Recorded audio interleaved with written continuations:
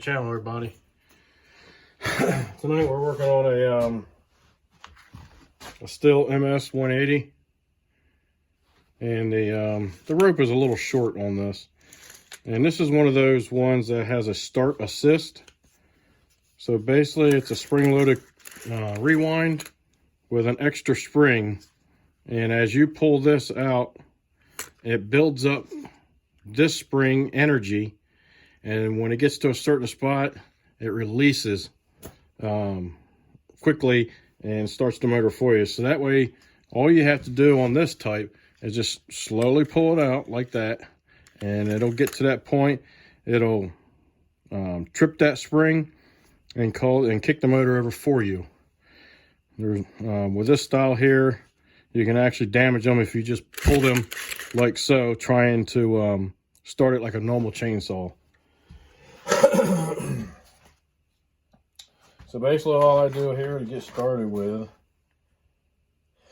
I'm going to take this handle off. I'll just pull it out all the way, make myself a little loop here. I'll let that go, and that'll hold it for me.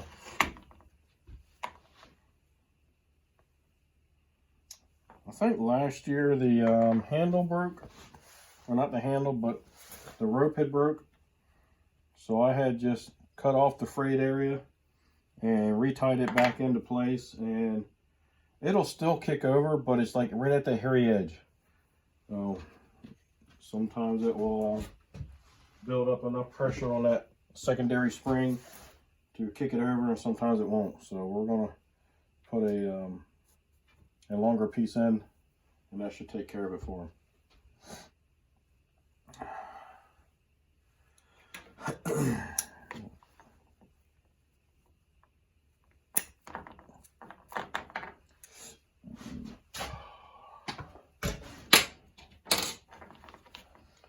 There's that.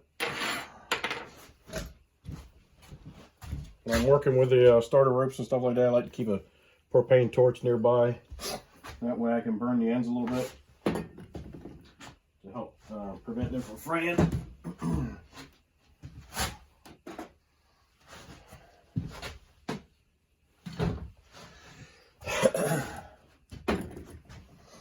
Now that we have the handle off, we'll go ahead and release that. And we'll just let it go in. And we're going to pull this whole assembly out so we can get to the rope. Right there you got this little Z-clip. And we're going to pop that out of there. And being careful, because it will, it also holds your dogs in for you. These little plastic dogs. And it's fairly easy to pull out. You're just going to spread it open.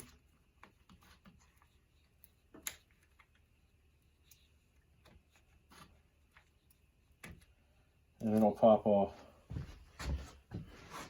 So right in this little spot, right in that little spot right there, is where it hooks into the shaft part of it.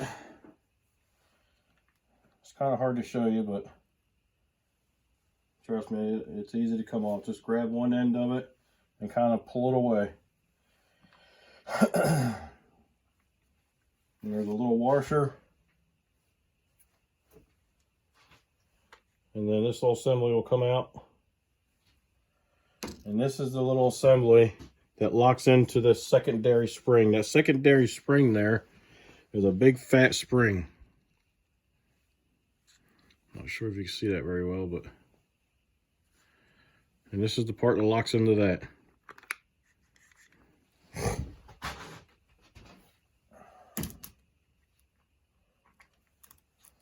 It'll make it a little easier. Yeah, if we can pull this plastic shroud out, and it should come out.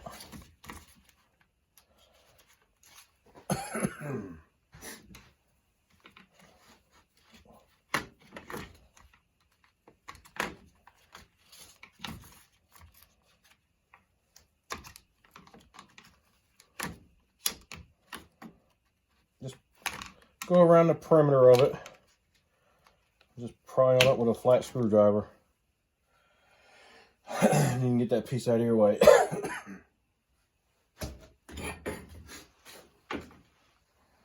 Gives you a little better, easier access to the assembly there. Now be careful, because when you're lifting this other, well, no, there's your secondary spring there. That cylinder just lifts right out. There's a little bearing inside of there like you would see in your clutch.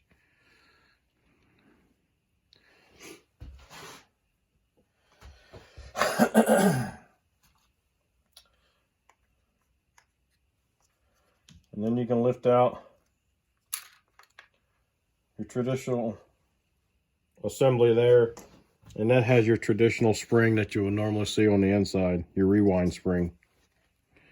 When you're lifting this out, kind of wiggle it back and forth, trying to release the pressure off of there so it'll let go. Sometimes it'll get snagged on this plastic assembly, plastic pulley here, and it'll actually pull that spring out of there, and then you're stuck with trying to rewind that spring and set it back down in there, and that could be a real pain. So take your time with it.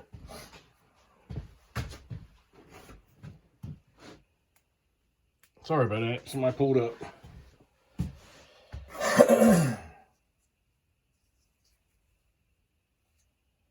So basically,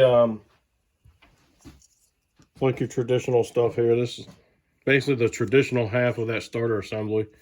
And you tie a knot in one end, you feed it through the hole here, and you pull it out that hole there, and you start winding it around. We'll go through that in a minute.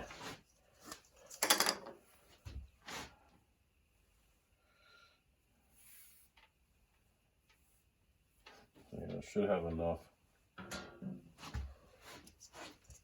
So I've already burnt this in a little bit. When you burn it, kind of smash it down to a kind of low profile. Don't leave a bump there, because it'll make it harder to get fish through.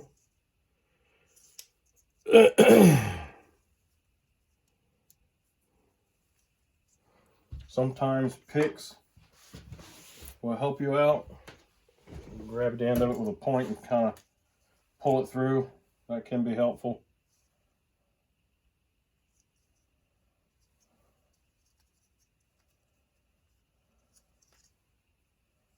Well, all right, we're back again. I got my rope started in there, and you can push it through that way and come up there, or you can go this way and come out there. It doesn't matter. But you're just going to pull it through if you come through that way. And you're going to do yourself a little knot down here on this end. Usually I just do a little fisherman's knot. And basically what a fisherman's knot is, you make a loop. Basically you're going to just run it around. Just like you're going to tie a regular knot. But instead of going through one time, you're going to go through 2 times. And you pull that tight. And there you go. Sometimes a fisherman's knot is a little too big to fit in the area that they give you. So sometimes just a simple overhand knot is all you need. And I think that this knot is probably going to be too big.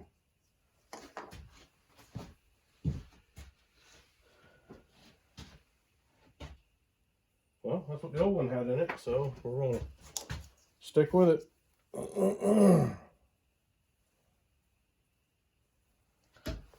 We'll stick with it.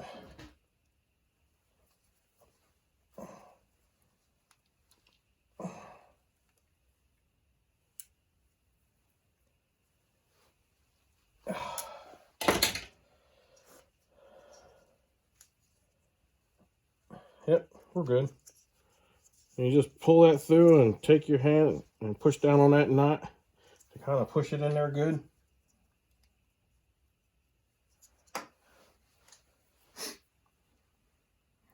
Maybe take a screwdriver or something, just kind of pack down around that knot to kind of get it in that little void as much as you can.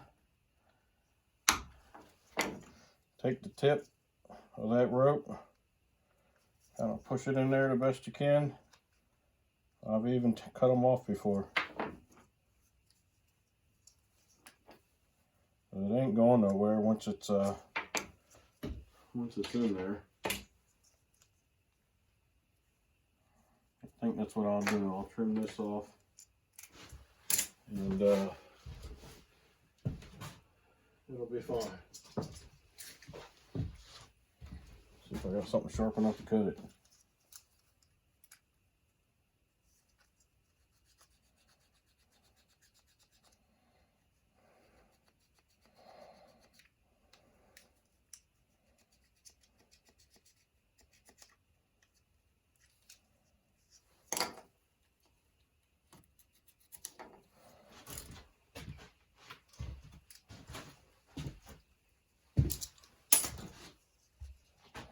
And there we go. Rope is in there. You got a good knot. So it should be good to go there. Now, while we're here and we have access to the spring, let's go ahead and I'm going to spray some cleaner in there, and I'm going to blow that cleaner out, and then I'm going to put some oil in there. Be careful when you're blowing that out in there. You can blow the spring out of there. I've done that before.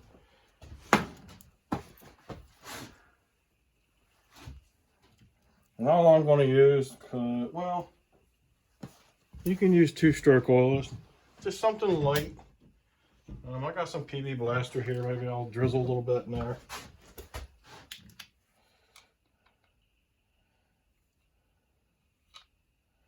You don't need a whole lot, just a little bit.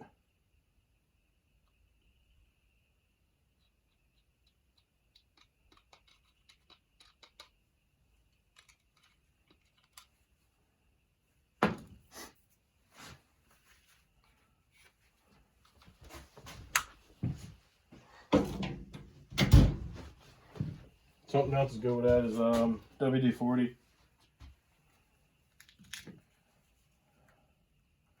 So I'm going to use a little 2-stroke on the shaft part. And rub that around. Don't need a whole lot of that either.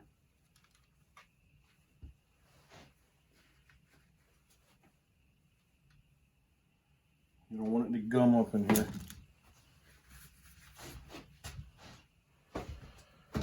All right. So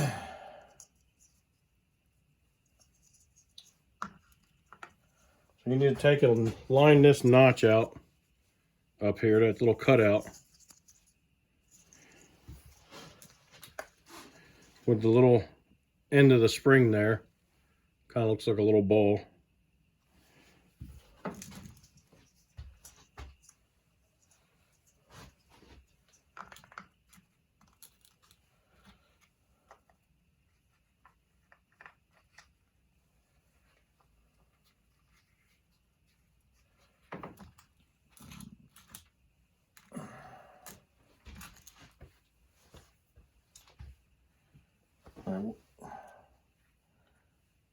We're going to take and wind this up before we put all that on there.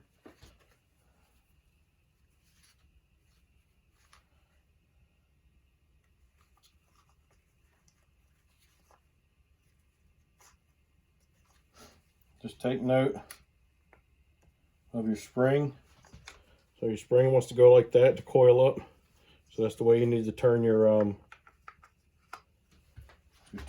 assembly. This can be a little tricky.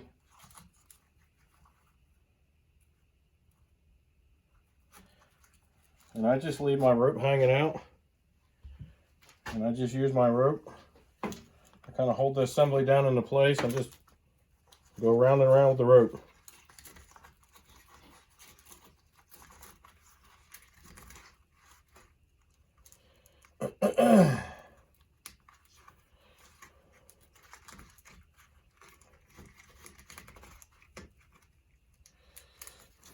It's going to tighten up on you, and it's going to want to take off.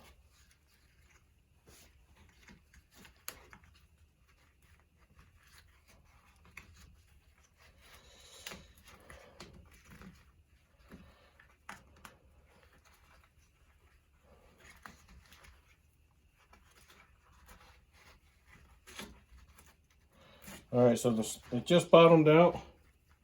So back off one whole turn is what I do.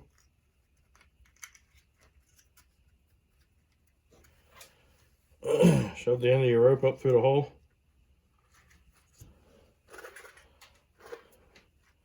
Pull that through. Tie your little loop in the rope again. And let that hold.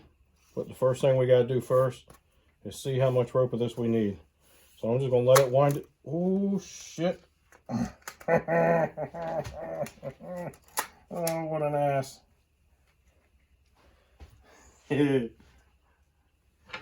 Trying to show you this, guys. And the spring popped. Yeah, I'm done. I'm screwed. Alright. Maybe I can salvage it. I don't think so. Nope. I'm not going to be able to salvage it because it came out of its pocket.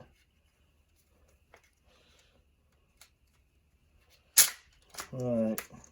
Be careful because this thing can beat you to death.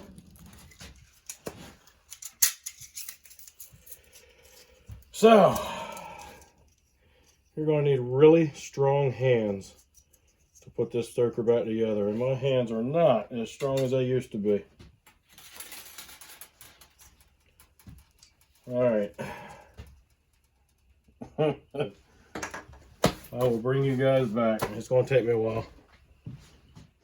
Alright, I got it on the first try. But I got it wound, coiled up. You need to coil it up smaller than the pocket. And then set it in there and take your hook and hook it into the plastic side here. And then you can kind of like release it slowly and it'll hold itself in the pocket. Nowadays I got maybe one or two, about two of those tries is about all I got strength in my hands anymore.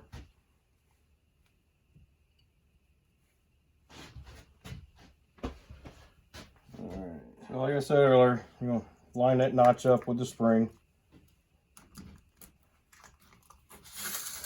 And we're going to do something a little different.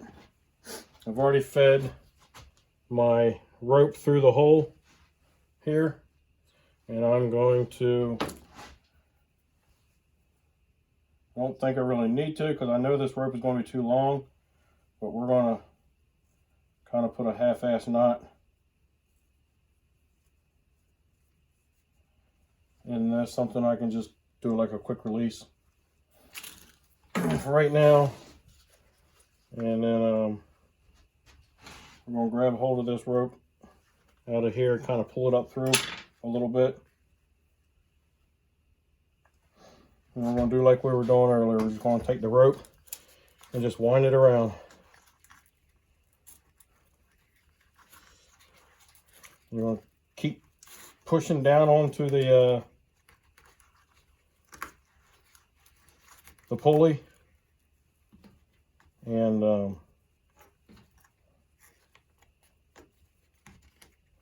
while you're rotating it around by the rope. It's kind of hard to show you, but basically I just got a hold of the end of the rope and just running it around and around, which is winding that spring up for you.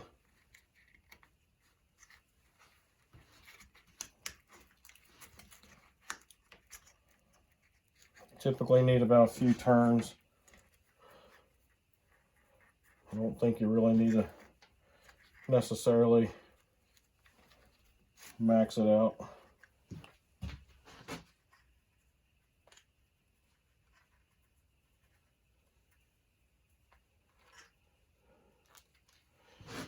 Keeping my thumb down on that. I'm going to start releasing it slowly, letting the rope coil up in there. around that pulley. And I'd say that's probably going to be enough right there.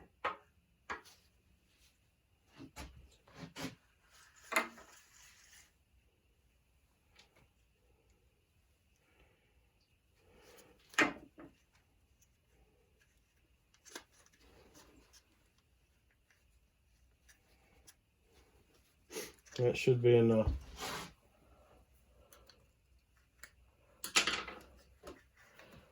Basically, you want enough to,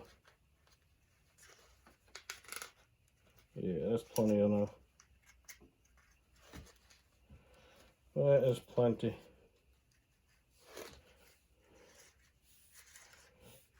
You want enough that it'll wind around, wind up around there and keep enough tension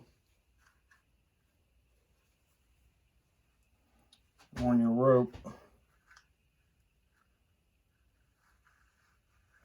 that it'll keep it in place without it being too much rope. And we're going to knot that off.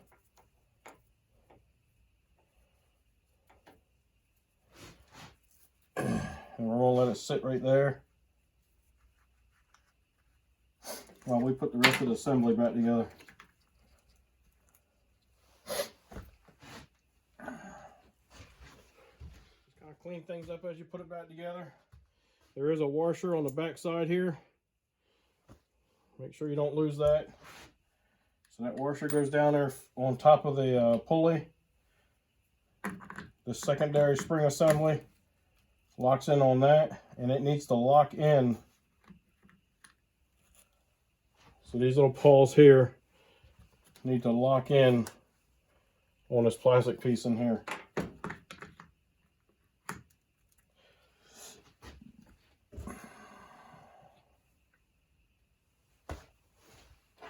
I'm going to see if we can smash a little bit of grease in on this bearing, because it's a very similar bearing to a clutch bearing. I'm just going to take a little nail and kind of like work it in there. That's all I'm doing. You do it however way you think you can do it. We'll work some of that grease in there, and we'll get rid of the excess. And yes, there is such a thing as too much grease, especially in a sealed bearing. When you pump in too much grease, it'll actually create pressure. Pressure creates heat. So the bearing will overheat for a little while. And when it overheats, it pushes out more grease out of the seal. And now you just wasted all that grease you just pumped in.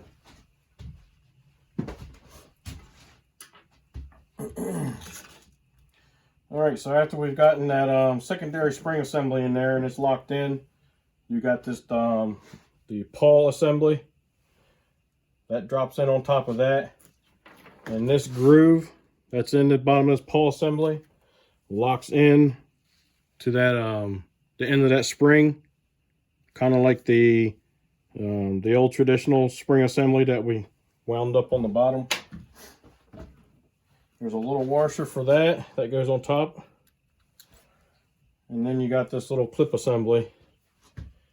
And that clip assembly's got to snap onto the shaft and at the same time lock into the little tabs that are on your pawl. See the little tabs there on your pawl? Those little tabs on the pawl will kind of line up and fit into here and there.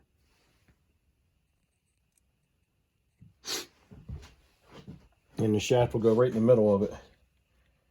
And it clips onto the shaft kind of like an E-clip does. Should be a little bit of a groove there that this should fit in. It can be tricky.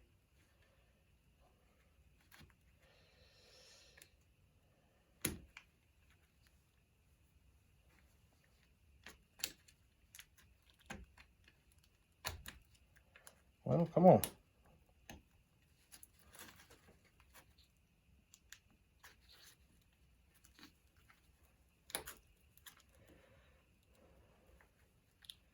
Well, you just want to be rude.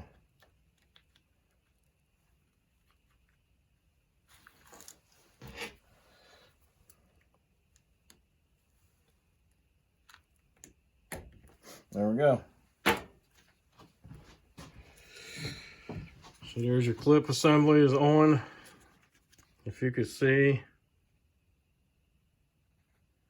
how the clip assembly goes around those little tabs.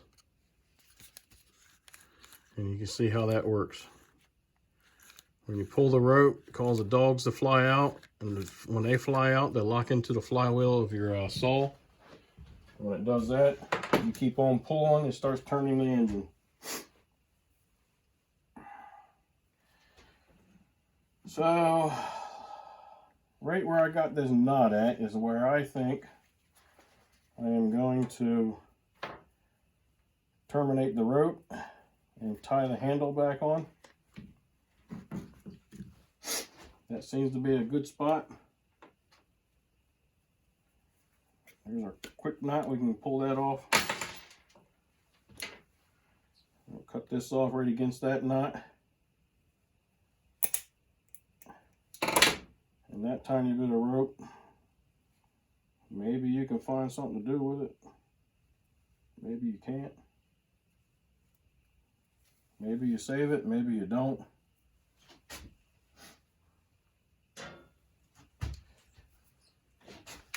And burn that tip a little bit so it don't keep fraying.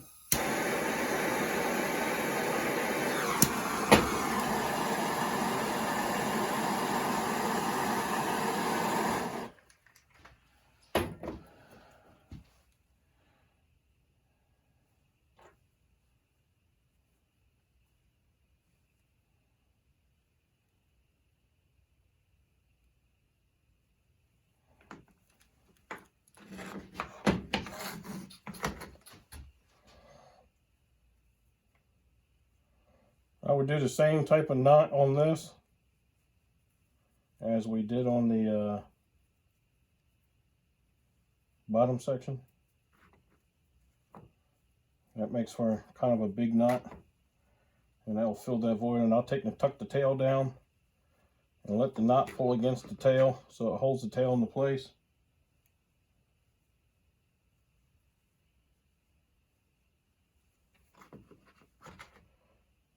And it's got the knot pinched underneath, or the tail pinched underneath the knot. And then you just give everything a pull and let her go back in.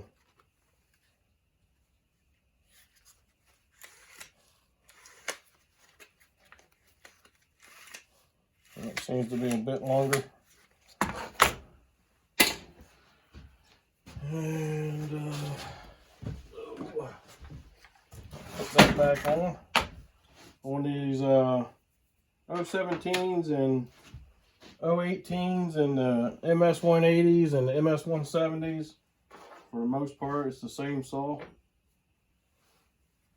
But in order to get your front cover off, you got to take your caps off, because you can't get it off until you do, which is...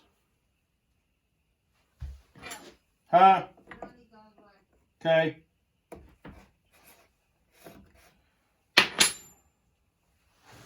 My brother-in-law's on his way over.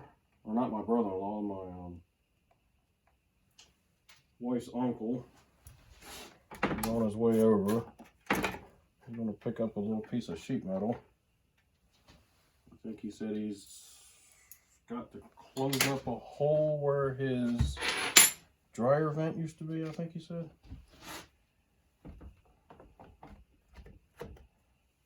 Oh, we almost forgot something. We got to put this shroud back on.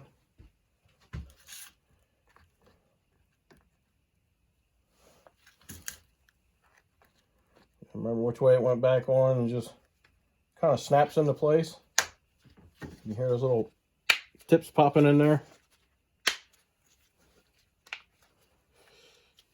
Good. And then you set this back on. You have to push your handle out of the way, your brake handle. Push it out of the way a little bit. And then the whole thing will sit right on top. And then your brake handle sits right there on top of that piece there. So you have to lift up on it, drop it into place. That is where the other side of the handle sits for another pivot point. And you can put your caps back on.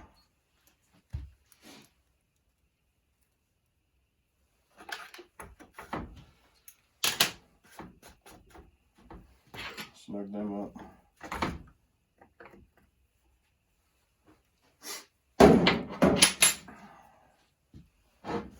Make sure everything seems to be working right. Seems good. I feel the resistance of that secondary spring, so I know it's locking in.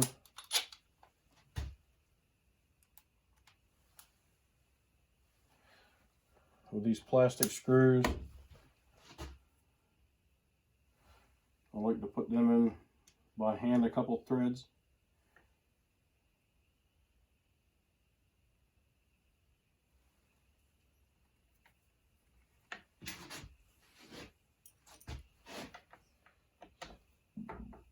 I like to turn them backwards a little bit until I feel a little click.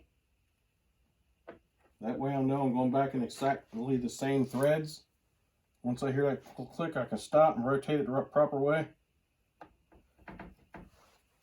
If you just take and run it in without doing that, you take the chances of cutting new threads. And that just weakens those threads in there.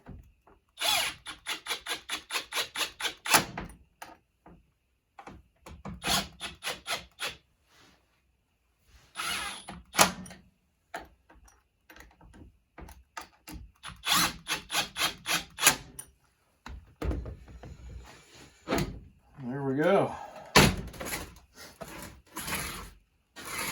I'm gonna put my top cover on. Wherever I put that. There we go.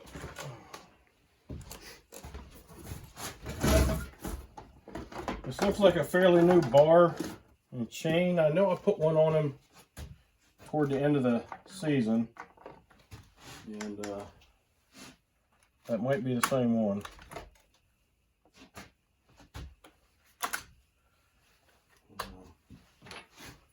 I'm going to dress that bar, which probably won't need much. I'm going to sharpen the chain.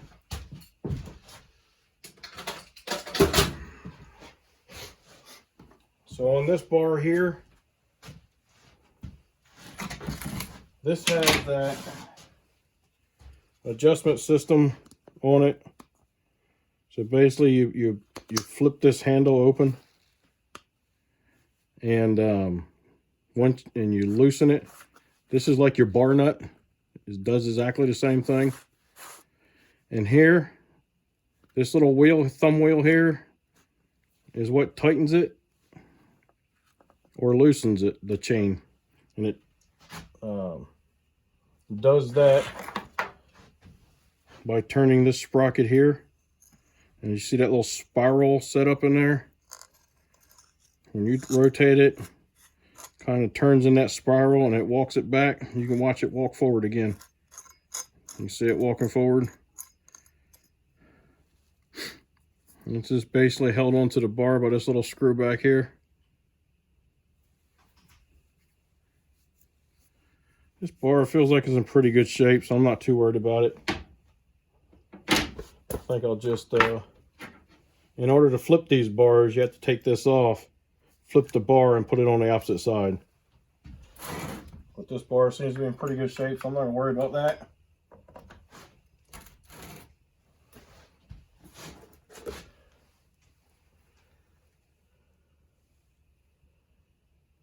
Chain's pretty dull, so I'm going to tighten that, sharpen that up.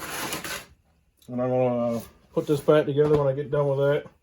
Make sure, test run it, make sure it's running R8. And so that's it for tonight. I appreciate you visiting my channel. If you you like my content, give me a thumbs up. Send some comments. I'd like to hear from you. And subscribe.